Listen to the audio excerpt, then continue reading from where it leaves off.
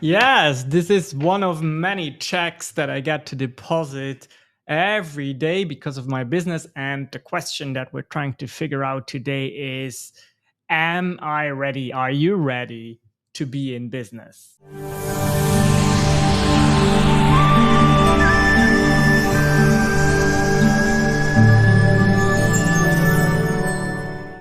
Well, let's see. What matters a lot is that you go into this endeavor prepared. And I want you to think about four different elements. The first element you definitely need to think about is the profitability of your business idea. You're going to have to think about, is there a market for what you are doing? And also, are you going to meet a certain demand in that market that is going to respond to what you have to supply against that demand? And typically, we can counter our competition, which, by the way, competition is a good sign. If there is competition in a market, it means that there is money to be made. So we can counter the competition by either being faster, better, or cheaper. Most of you are going to compete on either the faster, cheaper, or better approach. Some of you, although I don't think a lot of you, will be able to compete on innovation. Innovation happens when you bring something into an existing market, but you change the service and the solution to the degree that there is absolutely no other competition.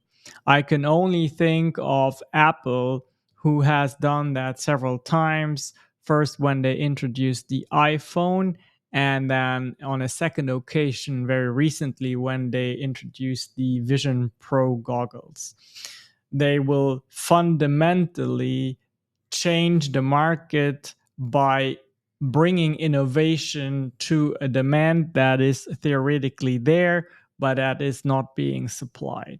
Again, you are most likely not going to be in that case. You're either going to be better, faster, or cheaper. And the combination of these two or three qualities will form your unique selling proposition. Your unique selling proposition is what makes you different, what makes you stand out as an individual or as a company, that sets you apart, and that is a reason for people in the market to buy your service or product, to make a decision to go with you. And very often nowadays, the way we can achieve that or convey that unique selling proposition is by making sure we have a very nicely established personal brand that is attached to our business. It has been shown with recent studies that contemporary buyers are looking to find that trust, that relatability to a person that is linked to a business. And then, because of that trust, they decide to start working with the business. So, that is very important for you to understand as well. You definitely want to work on your personal brand from day number one. It's going to be very essential in driving business towards your new endeavor. And that is something I can definitely help with. Just look in the links around this video, or even message me if you want to know how that is to be done. So you need to know that you can turn a profit on the business activity that you have chosen. It needs to be a profitable activity. And again, that is something that is largely guided by market research. Is there competition? Is there innovation that can be done? And how can you position yourself to take a part of that pie? The second aspect that you need to really be cognizant about is the financial aspect of what it means to go into business. When you choose to start a business, most of you will not be profitable within your first year of being in business. Most of you will not be profitable within the second year of business. Some of you will, but not all of you. That means that you need to have put aside a financial cushion so that you can safely assess how long it's going to take you to rely on your savings until you can fully live based off of your business. And in order to project that, you need to have you need to have a business plan. Now, I don't need you to spend weeks and months on a business plan, but I need you to understand, okay, this is the basic income that I can generate by doing this, and this is the amount of clients I expect adding to my book of business every month. Once you have that number, double the time, because you are most likely overestimating how easy or how fast you can get there. And then you have an idea of what kind of financial resources you need to create, again, that financial environment that lets you thrive and that gives you enough time to build your business.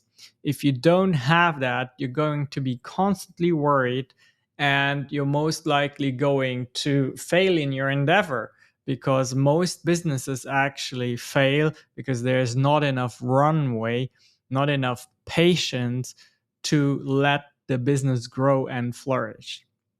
Some of you may even have to be willing to work part time in another job or be part of the gig economy, where maybe you do some Uber driving or some door dashing or whatever it is that you can do, task rabbiting. I did that in my first year of being in business. Definitely drove a lot of Uber in that first year. Made $16,000 in my first year. For sure not enough to pay for my living expenses. But then I think in the third year, I could finally entirely live off of that work as a freelancer back then. In order for all of that to work out, you also need to know, what do you need to live, right? So what does your rent cost? What do you pay in groceries, your utilities, your car note? All of those things is very important that you write those down, and you assess your cost that you're going to need to cover once you have to rely on your own business to meet all your demands. Very important. Don't go into that blindly. That will not be a very good experience. The third aspect of what you need to be able to bring to the table in order to be successful in business is, of course, proficiency in what you choose to do. Now, this is very important. You don't need to be a world renowned expert, you don't need to be a rocket scientist, but you need to be just good enough to be able to help others get a few steps forward in what it is that they are looking for you to help them with. If you are in a service based industry, it's going to be a lot like that. How much can you help me? At what level are you? And how can I help my clients get to the next level? And don't worry if you are not an expert, you're not at the very top yet, because there is a match for every possible buyer in the market, right? Just like if, for example, someone is looking to purchase a car, some people need to go to the Chevy dealer, whereas others want to go and buy the Rolls Royce, right? So everybody has their place in the ecosystem. The other part I would also mention is that you need to be able to be constantly learning and be able to say, I have a certain level of proficiency, but I need to constantly evolve. Otherwise, the market, the economy, the way things unfold. They might just overrun me, and I'm no longer in a position to be competitive. This has been very true in my industry. For instance, public relations, web development, video, content. Ever since AI has come into the playing field, things have changed so drastically that I have had to really educate myself seriously on how AI works and what it does and how it can make my life as a business owner easier. Last but not least, very important, you need to have a certain passion for your business. Now, don't get me wrong, in any type of business, no matter what you do, there is always going to be elements of grunt work, of work that you don't enjoy. Because a business is not just doing the thing you love doing. A business includes bookkeeping, marketing, project management, managing, and hiring and all the things that surround a business. And at the beginning, you most likely will have to do a lot of them. But as you move on, your core activity that produces income for you should be something you enjoy to the degree that you would most likely be doing it for free. If you were in a position of where you, let's imagine you have unlimited savings, is what you choose to do in exchange for money a passion of yours? Do you enjoy it that much that you would do it for free?